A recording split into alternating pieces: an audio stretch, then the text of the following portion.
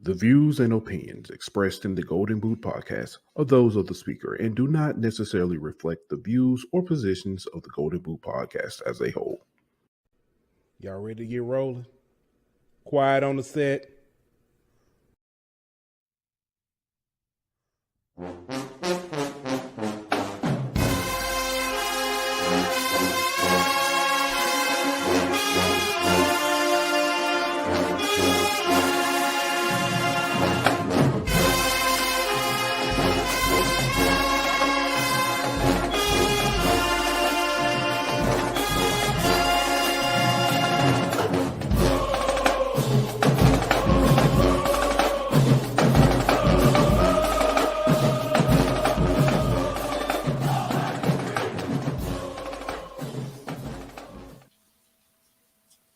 Hey, welcome back to another episode of HBCU. It's your boy Pooh Bell. Got my man Aunt Petty Murphy in the building. We got a lot going on, man. We got College World Series, NBA draft. Yeah. But you know what that means? It's time to talk football. Let's get ready for football season, ladies and gentlemen.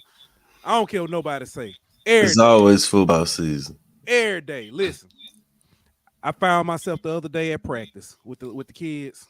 It started raining, right? And I was thinking to myself, oh, man, I don't want to be out here in this rain. Lord, I don't want to be out here in this rain. I want to go home. And I was looking when the kids started doing the drill wrong. I was like, drop your butt. And I was like, get off my cones. Hey, listen. You had to show them, huh? I jumped in full coach mode so quick. You be blowing that whistle a lot, man. I ain't even got a whistle, man. I got to get a whistle. Hey, you know what I do? I be like, you ain't a coach too. I ain't got no whistle, so I be like, hey, end of the play, stop. Yes. You ain't no coach till you got a whistle, man. I know, man. I got to get one, man, but I'm gonna get one. We gonna get that though. Dylan was talking about buying me a whistle last year. I was like, nah, first it's flag football. I mean, it don't matter, man. You need a whistle, bro. Yeah. I'll be blowing more than the head coach, though. You know, pause. I'll be blowing my whistle more than the head coach. Yeah, there you go. And so, yeah.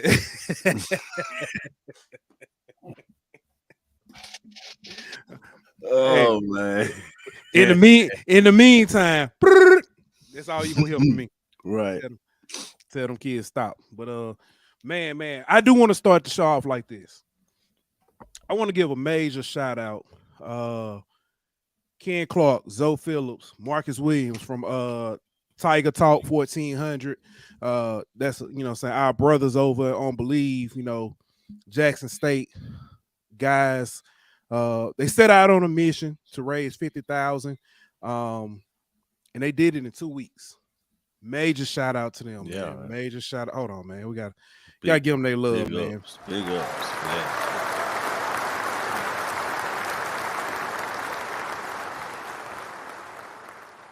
I would say this major shout out. Love the way they came up with that.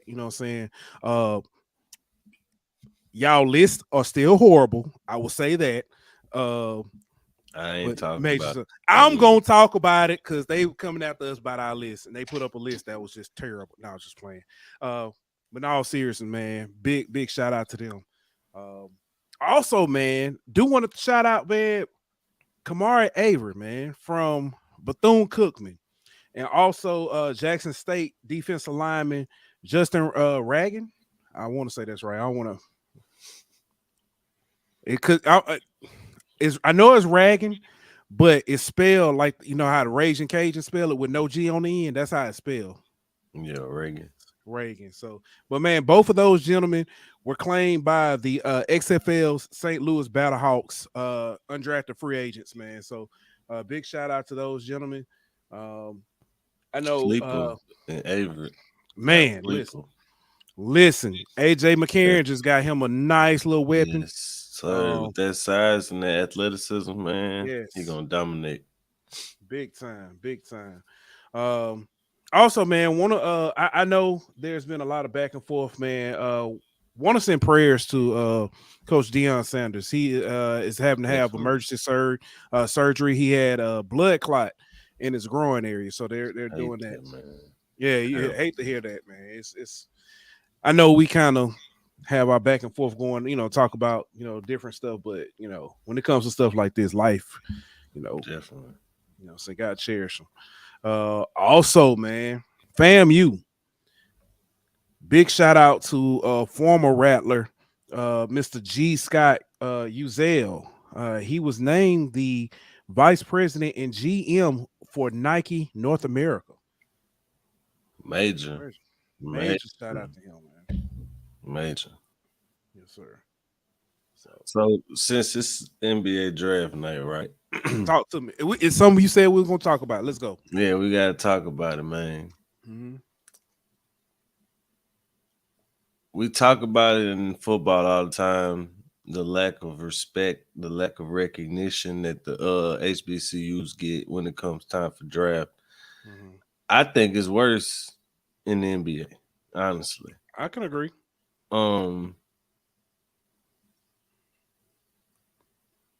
My question is what does HBCUs need to do to change that narrative, to change the way that they're viewed by NBA?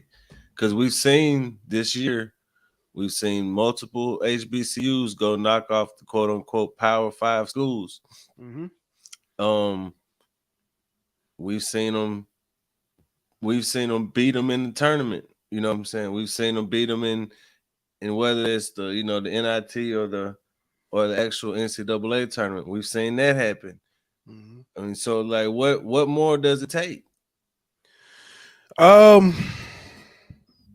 It's a good question. See, in football, a lot of times it says, hey, scheduling. You need to schedule more FBS opponents. Well, in basketball, let's be honest, they schedule them, but then when you have stuff that happens like what you saw with the SWAC, where they whooped up on that the Pac-12, and then you see where other coaches try to schedule games, and they get basically rejected. What more can you do? I think it's got to be more on the NBA. We talked about them having that separate HBCU combine, and possibly doing like what the XFL does, invite those guys to the NBA combine, the guys who stand out the most, so you can see them against, talent from those larger schools. I have a problem with that because the NFL combine is strictly individual performances. You're right. It's what you do on this drill. It's what you do in running these routes, throwing these passes, whatever the case may be.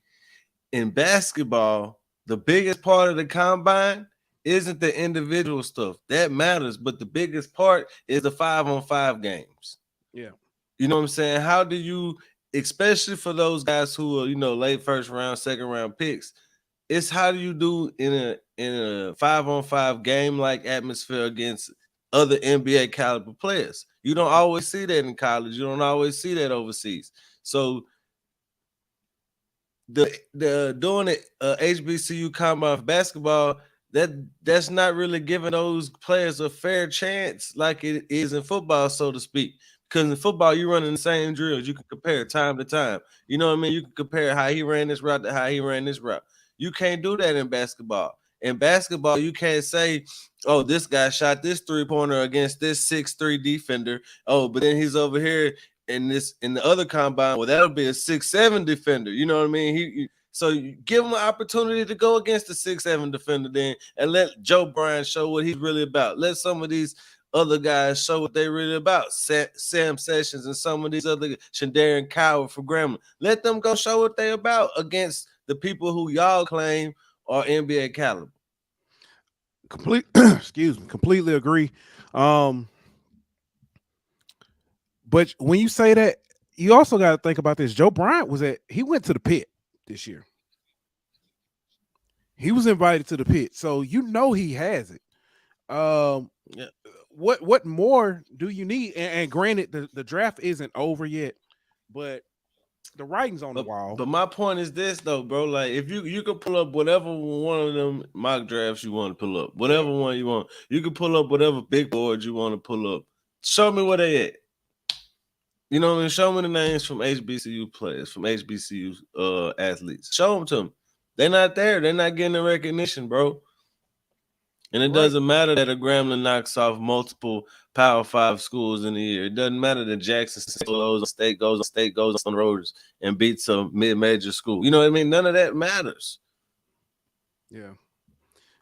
And the thing, and my bad to interrupt, but the thing about it is, football, at least they have the XFL, the USFL, the CFL. They have these outlets to go perform and kind of get that call up to the NFL, so to speak.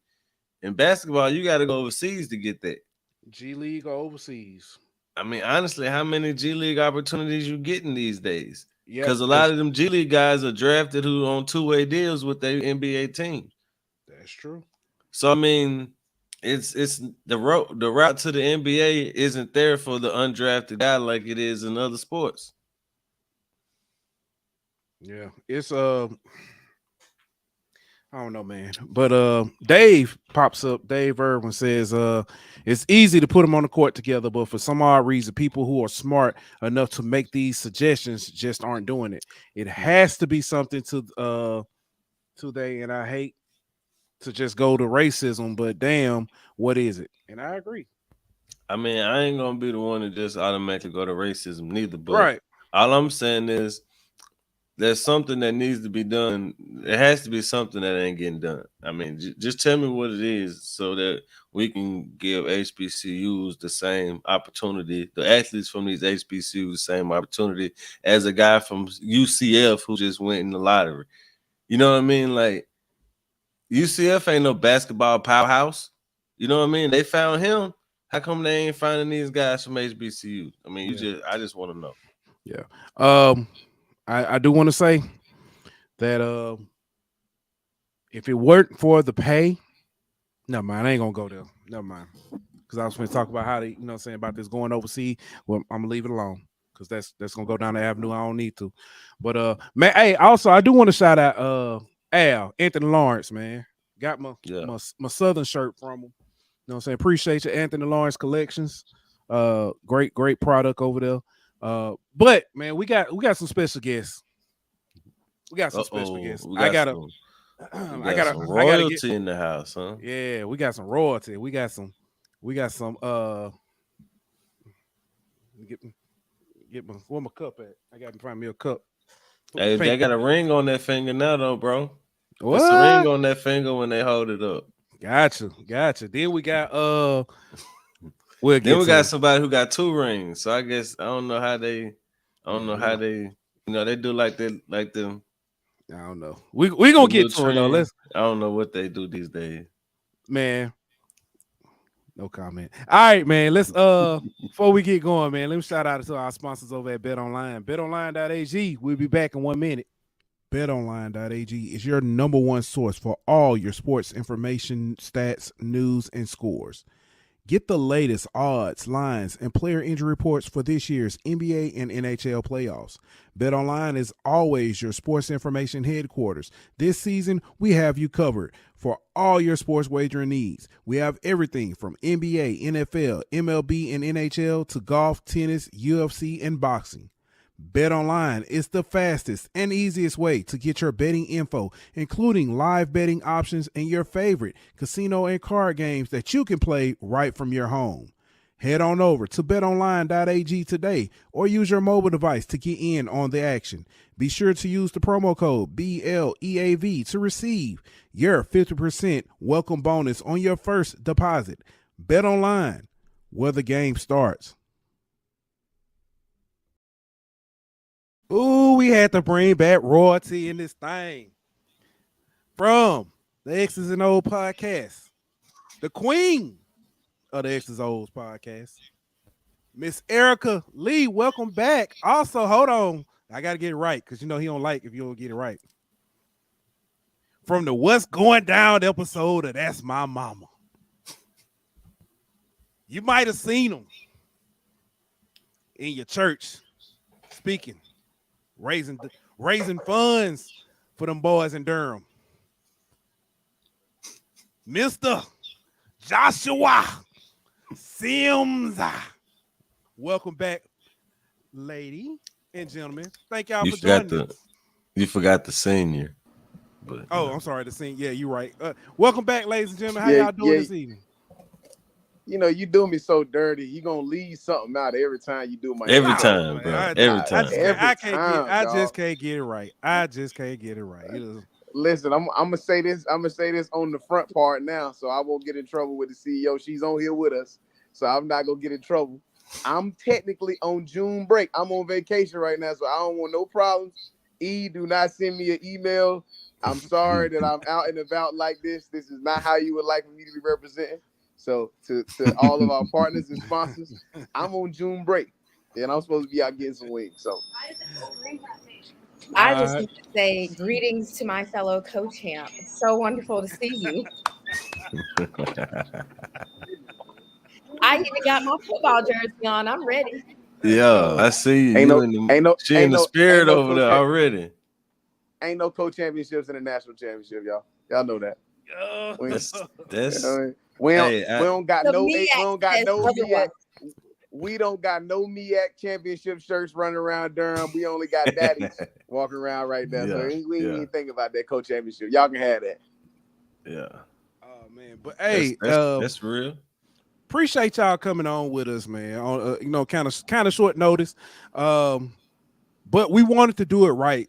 As far as talking about each team, we'll talk about the MEAC. We'll talk about the SWAC. Try to talk about some of the independent schools. Some of the HBCU schools that aren't in HBCU conferences. Probably talk some SIAC, CIAA. But in order to do that, we got to start somewhere. Why not start with the MEAC? Defending with the Celebration Bowl champions and the co-champs from the MEAC. So we had to have y'all on. Man, first, let me ask this. Erica, ladies first. How we talked to you during the spring and stuff. We know everybody's kind of getting in that mode and stuff. What's the feel about the team so far? As far as like they starting to feel football season, or it's kind of like we almost there? Not yet. I think hopes are high. Honestly, I think energy is high. We got so many returning seniors and juniors. We got a lot of upperclassmen on both sides of the ball. So I think the momentum just coming from last season, being co-champs, ending on a win against Morgan State, our rival.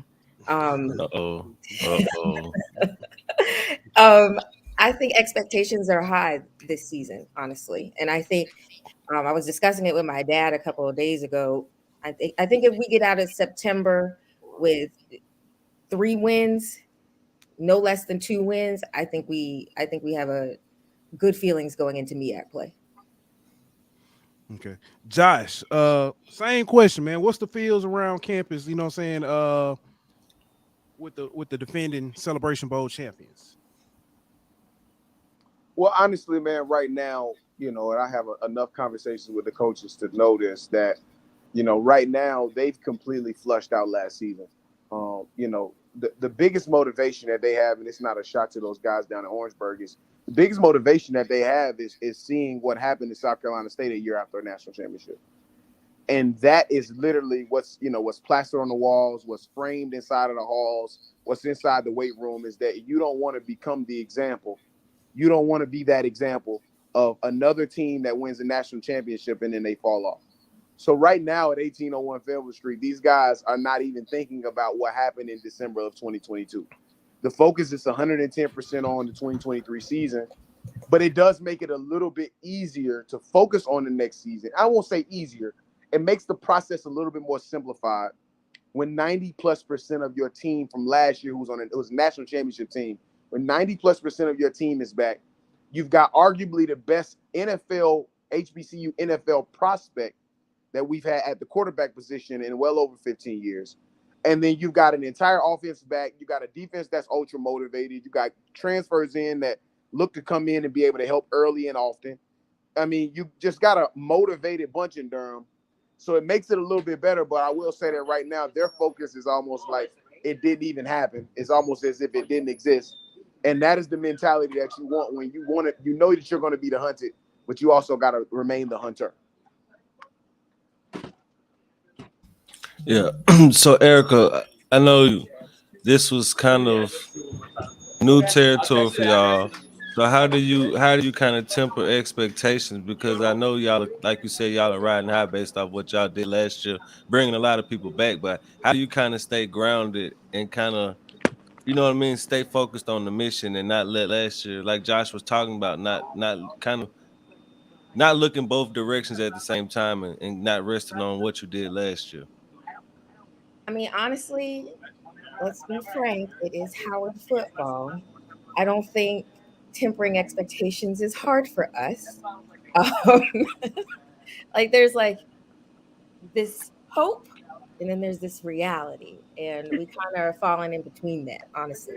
I mean, we know when things, we can have some really high seasons. I think 2017 we went 7-4, and then the next year we went 2-9. So um, we you don't have to worry about us coming in with inflated egos and expectations about what we're due this year based on last year. I don't think that's going to be an issue.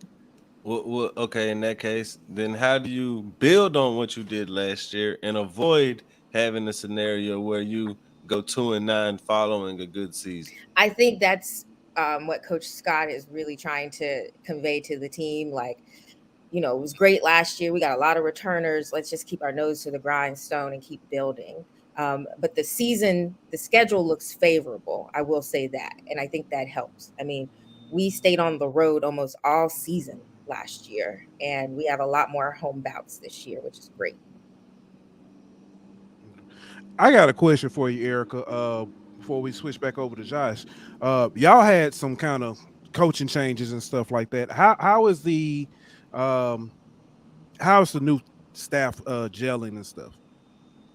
That I'm not quite sure about, just because I haven't been down there to really kind of check things out. But I will say, us as fans are very keen on having Greg McGee back. Like, he is one of our all-time best quarterbacks. We loved him while he was at Howard. So his return back to the Mecca is something really special. And Lindsey Lamar stepping up to be the offensive coordinator following our previous OC's departure towards Dell State, in my opinion, is a very exciting move. So I think we should probably see some more fluidity in the offense coming this season. Yeah. You got to ask Coach McGee how he felt making our top 10 list. But anyway, we'll move on. I appreciated it. Thank you. All right. So let me ask Josh, man. You talked about and alluded to Davius Richard, one of the probably best prospects to be drafted in the NFL as a quarterback from HBCU that we've had in a long time. What is his kind of growth been like over the summer, getting ready? Yeah, this off season. I'm sorry. No, go ahead. No, I was saying this off season is probably been this has probably been one of the most important off seasons in all of HBCU football, because we know that if you have a quarterback prospect in HBCU football, in football in general, when you have a quarterback prospect, there's much more of an opportunity to showcase other players at other positions, rather than if if your premier position is another position, or a guy on defense, or a guy on the offensive defensive line. It's a little different. So this offseason, man, it kind of lined up perfect for him. For those of you guys who have not paid a lot of attention to North Carolina Central's quarterback room over the years, which we haven't really given you a reason to pay attention, we've got the 3 previous quarterbacks that we've had in North Carolina Central's program have now all kind of seemingly wrapped their arms around this young brother. Malcolm Bell, who's a top quarterback trainer based out of Virginia, 3rd all time in total yards as far as in school history. This is a guy who gets the opportunity to go to the NFL quarterback summit every single year. Davius Richard went up to go train with him this summer. Jordan Reed, who was my quarterback at North Carolina Central, works for the ESPN, works in the NFL department at ESPN, does the mock drafts, and works with Mel Kiper, works with Todd McShay. Jay Reed has wrapped his arms around Davius Richard this year. Mike Johnson, who was my very first quarterback in college, played when we were transitioning into Division I. One of the best agents in all of of professional sports, specifically in football and in basketball, has wrapped his arms from a mentorship perspective, not from an agency perspective, but from a mentorship perspective around Davius Richard. So this has been so important. And the beautiful thing about this young brother that I don't think people highlight enough is not only that he's humble, but that this young brother listens.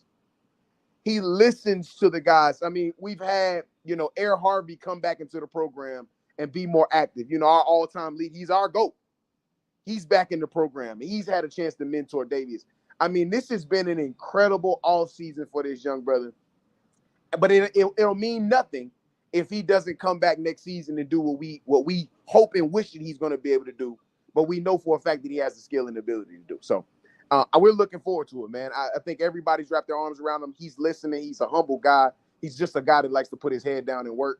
And as I've said on every publication, man, if you're an NFL team looking for a quarterback, you in the quarterback business like all 32 teams are, you need to have him on your draft board. You need to send your scouts on the planes, book their hotel rooms, come check him out in Los Angeles in late September.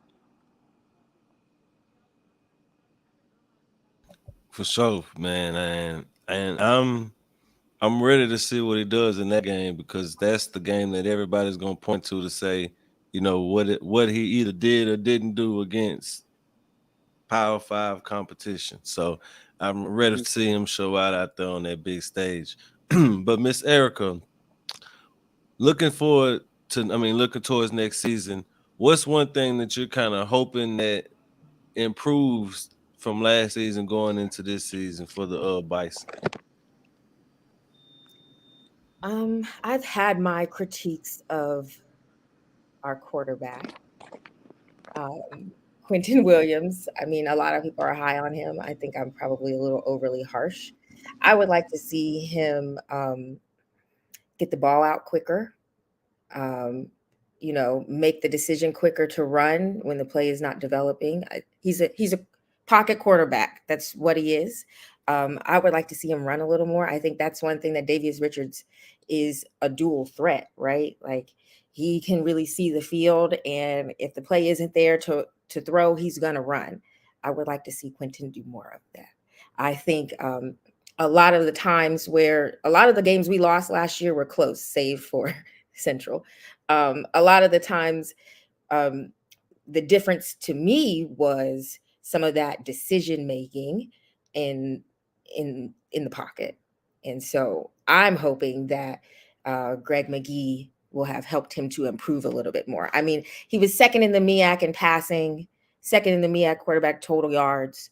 Like, it's not like he underperformed, but I think those little tweaks could send him to the moon.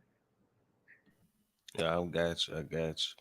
Now, Josh, I know it's kind of hard to improve on being the national champions, but if you had to look at y'all's squad, what's one thing that you would say kind of needs improvement, an area that y'all could work on to get better at?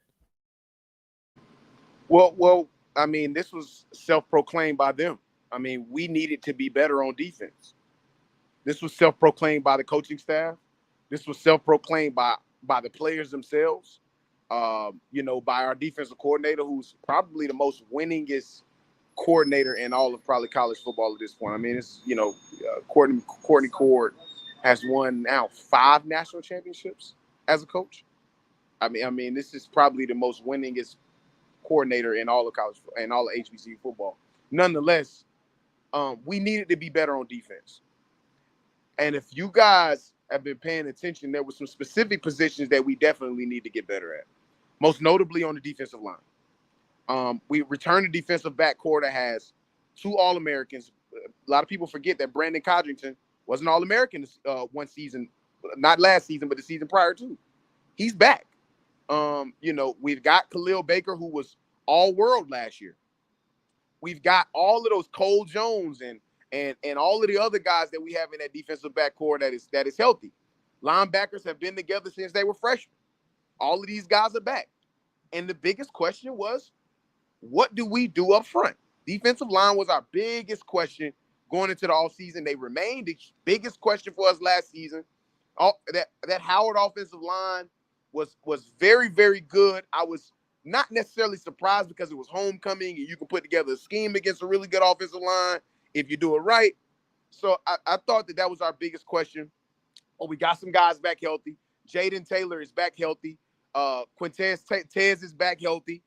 We bring in some transfers in. We got a guy from Virginia Tech who we believe is going to be good on the edge. Just picked up the young fellow from Big E the third. We just picked him up from Kentucky State, a Division II transfer up to North Carolina Central. We've got some additional guys that we haven't announced yet that are on campus, that are on that defensive line. So that is where I believe our biggest question is going to be. And I'm going to say this. When I was at the spring game, one of the things that I heard unanimously across the defensive side of the ball was that they felt like that was an offensive national championship. They felt like they were not necessarily a part of the party. They wanted to be a part of the party, and they felt like their performance in the Celebration Bowl wasn't even worthy of being able to say that they were, they carried their own. They held their own. So you look at that, and you got to motivate it on what I describe to be a violent and fast defense. Only time is going to tell when they get off them, when they get let loose, what they're going to look like. And so I'm excited to see what that's going to look like. Yeah, I'm sorry, I'm laughing. David Irvin said, bruh, that's who Josh looks like, Richard Sherman. So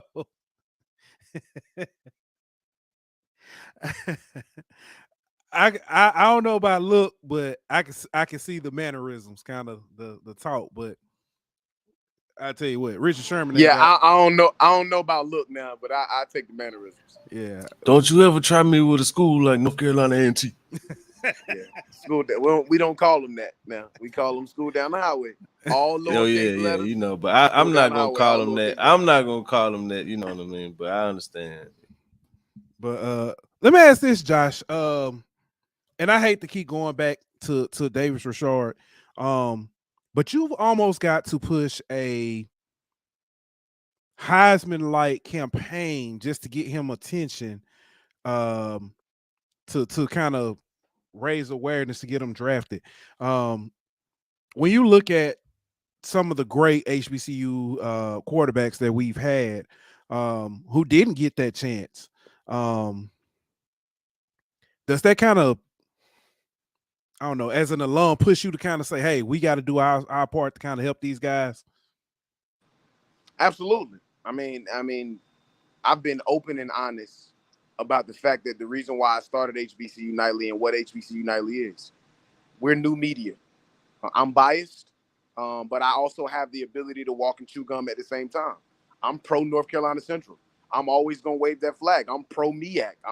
I side more with the MEAC, but I have the ability to cover both. And in this particular situation, I just so happened to really get into this from a personality standpoint, almost at the perfect time. And the same thing kind of resonates with Davius, right?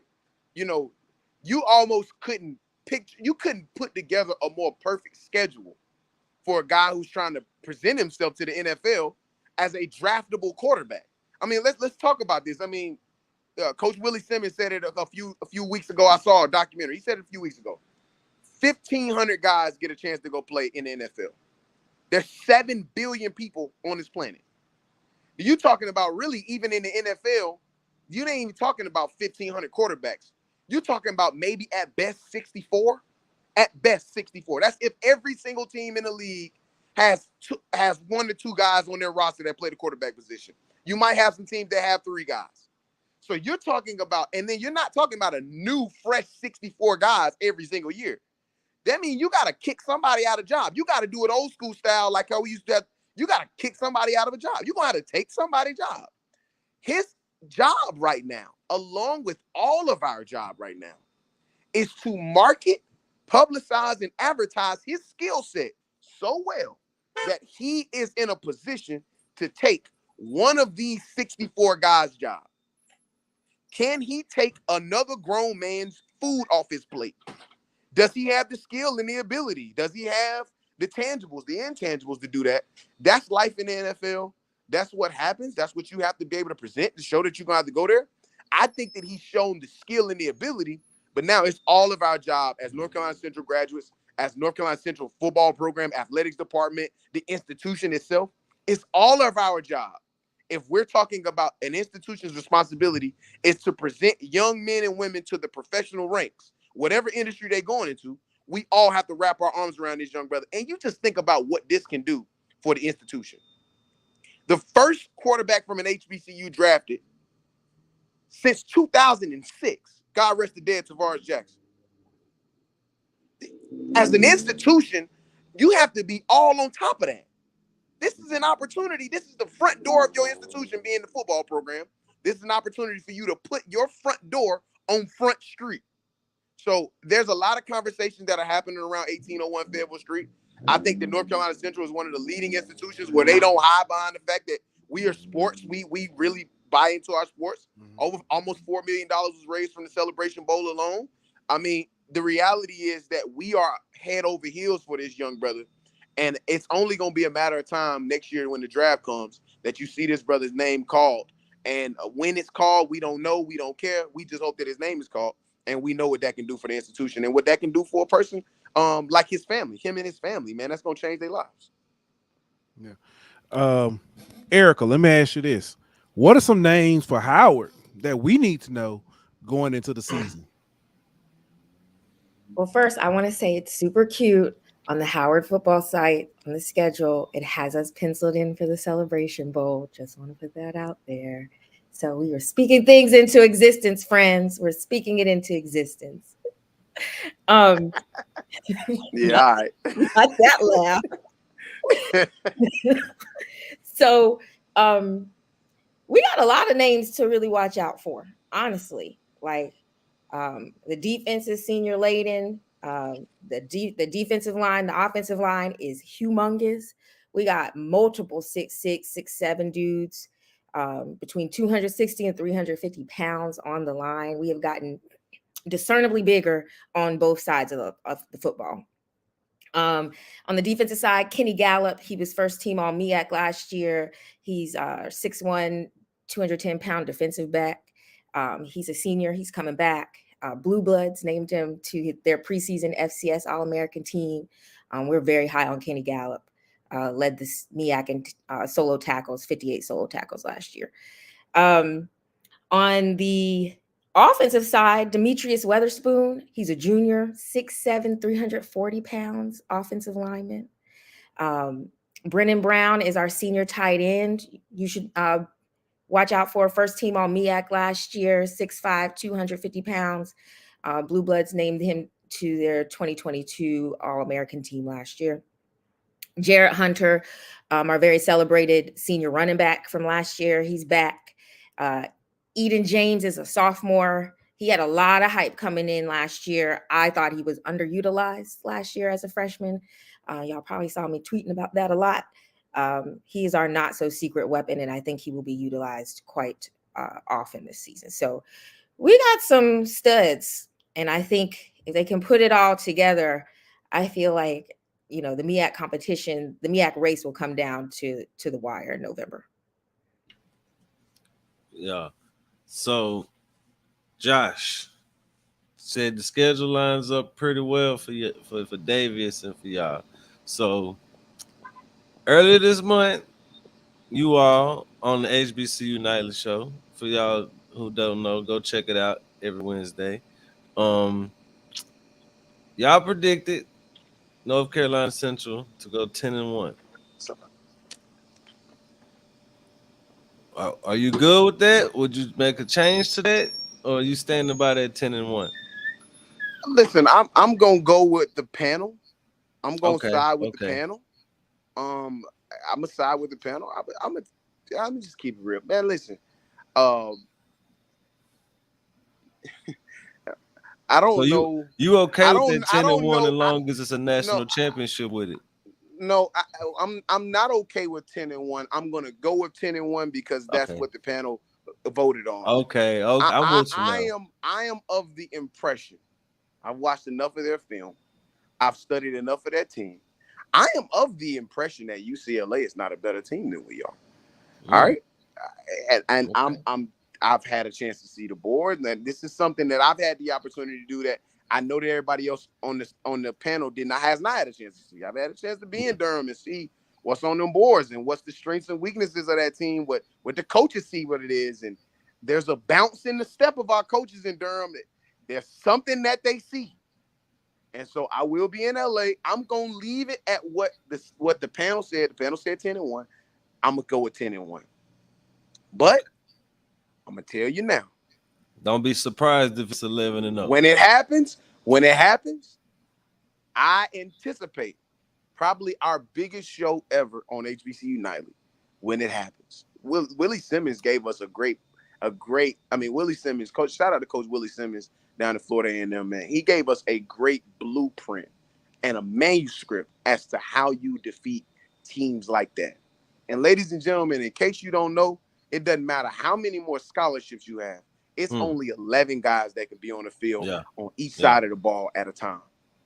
Yeah. You are not playing 85 of your scholarships. You're not going to play all 85 of your scholarships in that game and all your walk-ons and all. You're not going to play in that game. We are not a pushover. We are not that type of team. They're going to have to come and bring their hard hat. So do not be surprised. Just don't be surprised. That's all I'm going to leave it at. I'm going to agree with everybody on the 10-1. But outside of that, no. I mean, we take care of business against our two rivals to start the season, open the season. We'll be Winston State. We'll beat the school down the highway. After we get past them, we'll have UCLA after that, which is it's going to be a big-time game. Then we get a chance to clear out the state of Mississippi against Valley, which is going to be important to us as well. We were hoping we were going to host them at the crib, but we're going to get a bag from the Circuit City Classic for that one.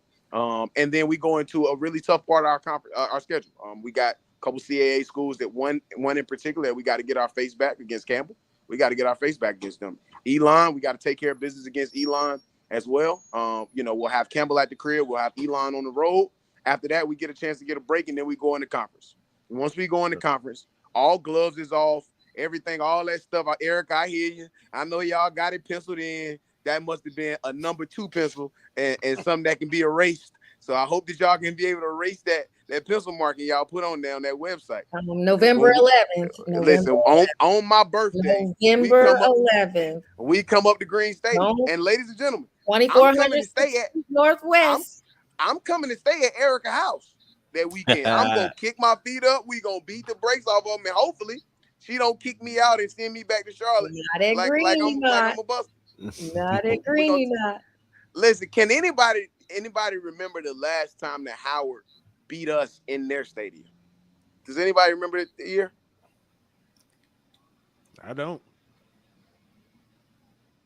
I'll do some research. Thank you. That's what I like to hear. But Pooh, and I love y'all, man. Ain't nothing y'all can do about it. I gotta run because we got a baby with a big poop diaper. Oh yeah, so go handle that. So I gotta go take care of business. Hey, but before you go, I just want to say this: go beat a Pac-12 team. Since Graham wasn't able to knock it off, go do it for us, man, and hold it down for us HBCU. Hey! If they beat a Pac-12 team and we beat them, then we beat a Pac-12 team. That's how. I don't think it worked like that. Right, man. But, hey, man, listen, I appreciate you guys letting me on the show. I love you. Listen, July 7th, season 2 of HBCU Nightly kicks back off. My brother BJ Jones in July comes back, season 3 of Inside HBCU Football. X's and O's on Saturday, season 1 of X's and O's. The Saturday morning show kicks off in September, late August, early September. Please tune in to everything we have going on at X's and O's network. Man, Pooh, Ant, man, I appreciate y'all. We'll be back for season 2. Y'all got to be up there on that panel when we kick the season 2 off, baby. Always, appreciate man. You, brother. Appreciate you. All right. Appreciate y'all, man. Y'all have a good night. All right, you too. All right. Uh-oh. Whoa. I don't know if I like this. We can do it. I mean, it don't matter to me. Yeah, it's a little close. But I'm gonna throw that same question to you, Miss Erica. Y'all's panel, they had the Bison going 6-5 on the season. Are you gonna stick with that? I don't know if you were personally there that night. I wasn't there that night. Yeah, so do you want to defend your squad and kind of go with the panel or make a few changes? I think 7-4 is reasonable. Okay. I mean, I feel a little disrespected because we went, 4-1 in MEAC play last year. But I think 7-4 is reasonable. I see Harvard being a test, Northwestern being a test, Eastern Michigan being a test, and Central is my 7-4, Toss-up. 8-3. Yeah. That's my toss up. And I only say a toss up is because they have to come to us. Yeah. And after what happened in Durham last year, I have a feeling that the team coming back has some feelings about what happened in Durham last year. And our two matchups at home last year were sellouts. They were raucous. I don't think people think that we have a home field advantage, but we have an alumni base and a new student population that is engaged in athletics. As you've seen across the board, Howard swept all things MEAC this year. Mm-hmm. They are into it. And I don't think that anybody coming to Howard this year, which should be Norfolk State, Morgan State, and Central, understand that it's going to be a sellout and it's going to be loud. And they've never experienced that before.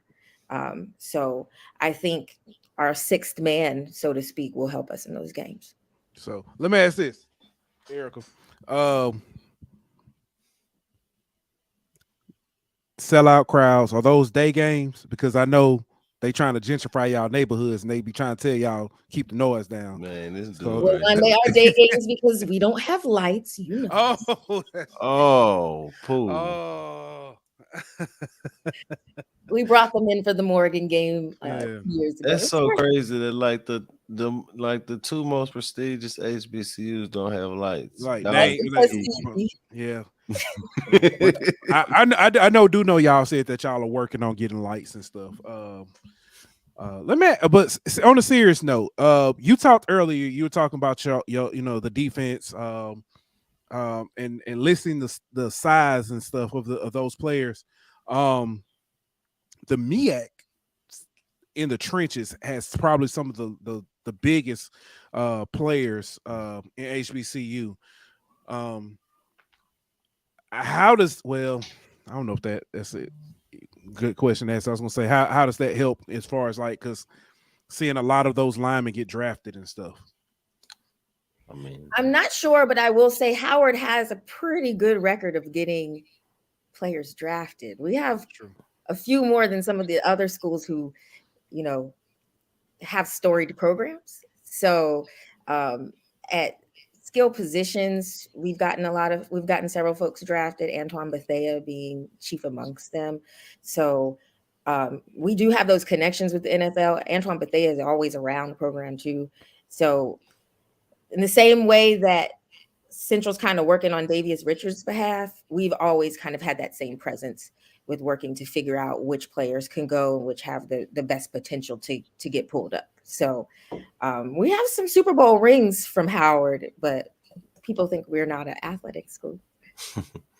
Yeah, I know Aneem Dankwa, he definitely is going to be one of the ones who I think is going to be probably up there with Davius as number one, number two, or as far as HBCU prospects going into the draft next year. I mean, when you look at somebody who's that big at 6'8", 360, I mean, like, and you can't teach that kind of size, and for him to have the footwork and the athleticism that he has at that size, I definitely think that's Sunday material right there. So I definitely think that he's the one, or at least one of the ones that marketing and that campaigning needs to start coming out for, because he definitely has a chance and has the ability to play on Sundays.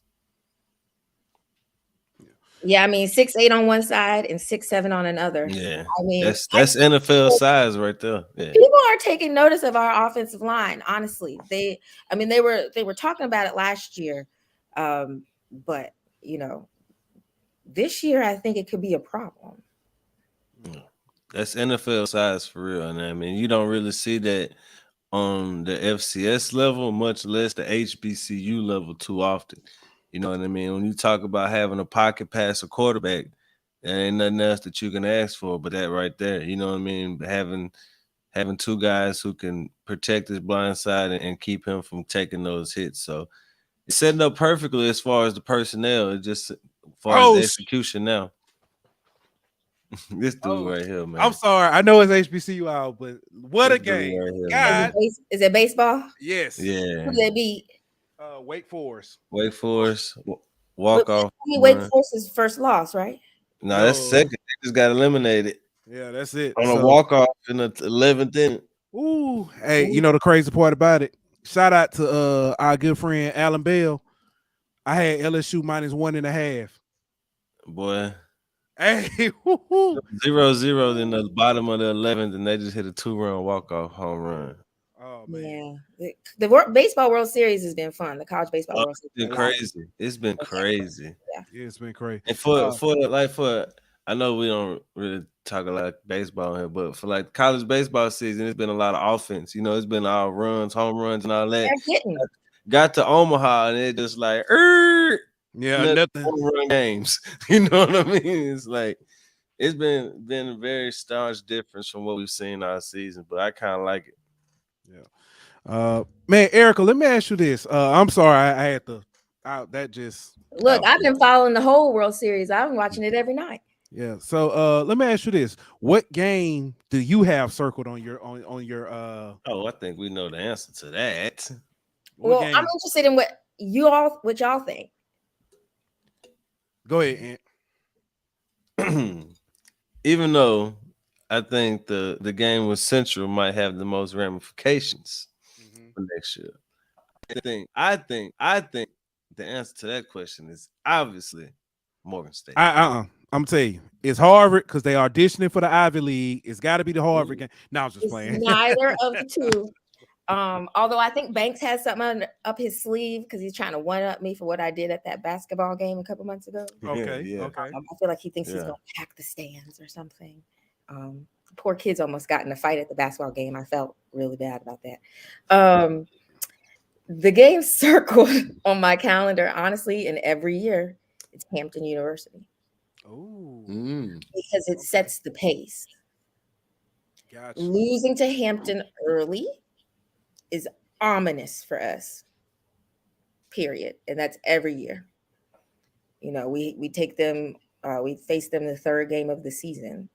You know, Hampton can go 2-10, but one of those two games is going to be us, right? Yeah. So, you know, we can have all of the, you know, great players in the world. We can have all the hype heading into the season. And if we don't beat the Institute, like it just brings the team down, the program down, the student body down. It's really demoralizing, honestly. So that's why I said getting out of September, if we can be 3-1 and that one game be Eastern Michigan, I think we have some steam rolling into conference play. You know, you concede Harvard and Northwestern, you know, Northwestern at least. We'll see about Harvard. But you got to get out of September with 3 wins. And I think you can do it. I think Robert Morris is a win. I think Morehouse is a win. You have to beat Hampton Institute, period. Yeah. I did see the other day Hampton brought back the throwback logo. I don't know if it's official, but somebody put up the throwback logo with the pirate. DJ did. Man. That's the best they've ever been. Yeah.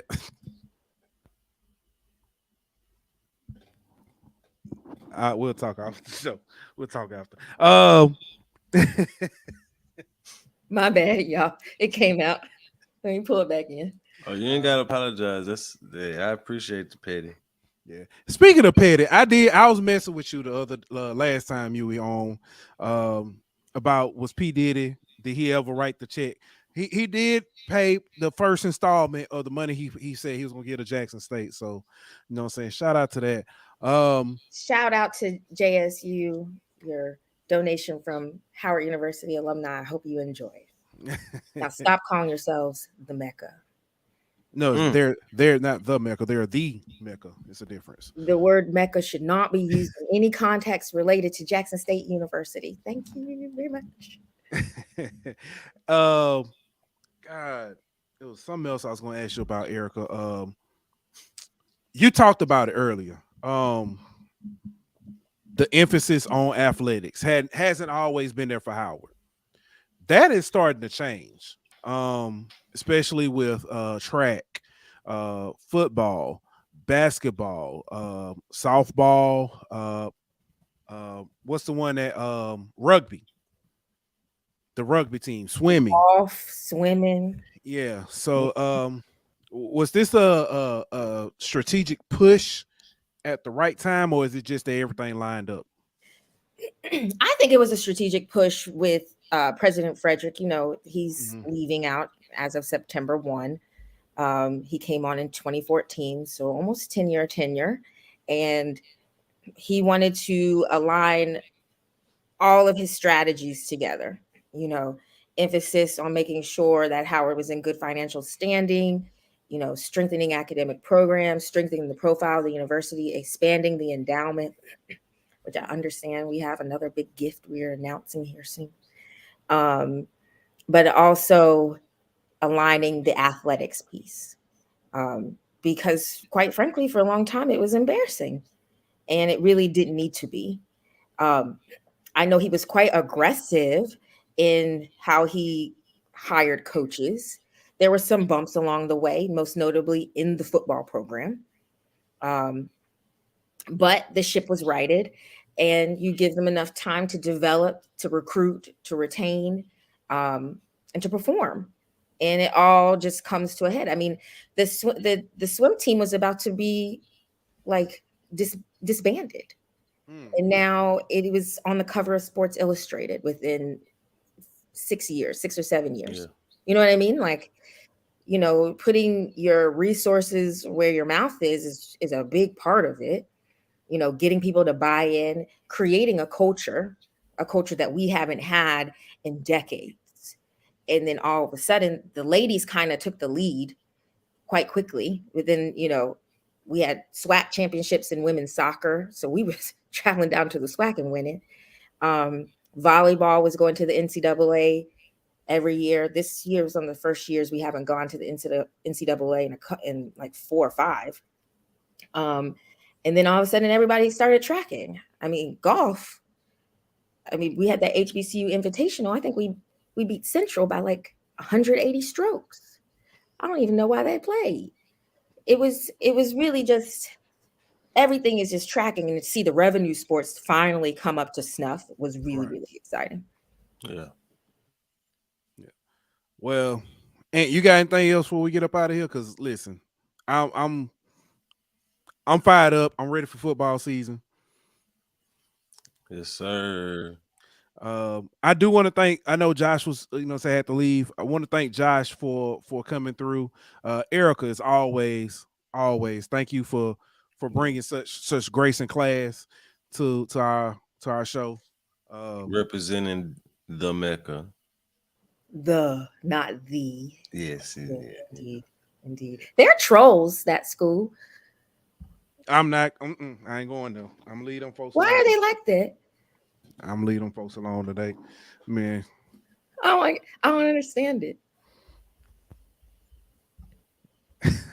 Professionals at that. They're professional trolls.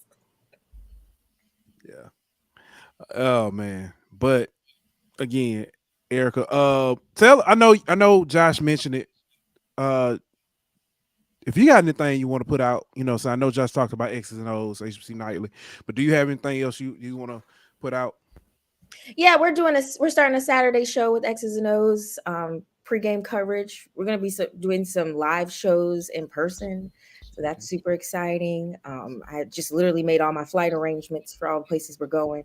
I'm actually going to be at a lot of SWAC matchups this year. So okay. I'm trying. People they critique saying, MEAC folks don't know about the SWAC and we don't pay attention or whatever. So I'm going to 2 Alabama State games, 2 FAMU games this year. So Alabama State Southern at Labor Day Classic, Alabama State PV September 30th, FAMU's Homecoming in the Florida Classic. So I'm trying. I would like to get a sense of what y'all got going on down in the SWAC. Now, I appreciate it. Are you coming to SWAC Media Day? No. Oh. But I will be at the MEAC SWAC Challenge in August. And I will be in Atlanta in December to cheer on my team in the Celebration Bowl. So she gonna speak it in existence, boy. Yes, she is. I'm a praying woman. I heard that. So I'm excited. I'll also be doing some stuff on Howard football. We're working with some of our other folks who are just as invested in Howard football as I am. So we'll be putting on a couple of shows during the season for that. So there's renewed interest, and it's very exciting. All right. Man, looking forward to it. Definitely gonna pay a little bit more attention to Howard this year. Because I will say, I didn't think they had a snowball chance. The way they kind of started the season, and they turned it around, and I was very impressed. So definitely gonna keep an eye out on them. If Dell State had completed the task against Central, it would have been us. But that's how the cookie crumbles. Yeah. But now y'all can kind of fly under the radar a little bit more. You know what I'm saying? I think so. Yeah. Central got that big target on their back. Nobody really kind of keeping too much attention on y'all. That's what I'm hoping. So when November 11th comes around, I think Morgan State's gonna be out for blood, but I'm hoping. But that's 2 home games in a row. So really, we got all the right environments to make it happen for ourselves. Gotcha. Yeah. All right. But again, as always, like I said, Erica, we truly do appreciate you coming through. And look forward to speaking with you again. Best of luck on the season. Hey, we will be back on Monday. Till then, we out. This show was presented by betonline.ag. Bring me my money.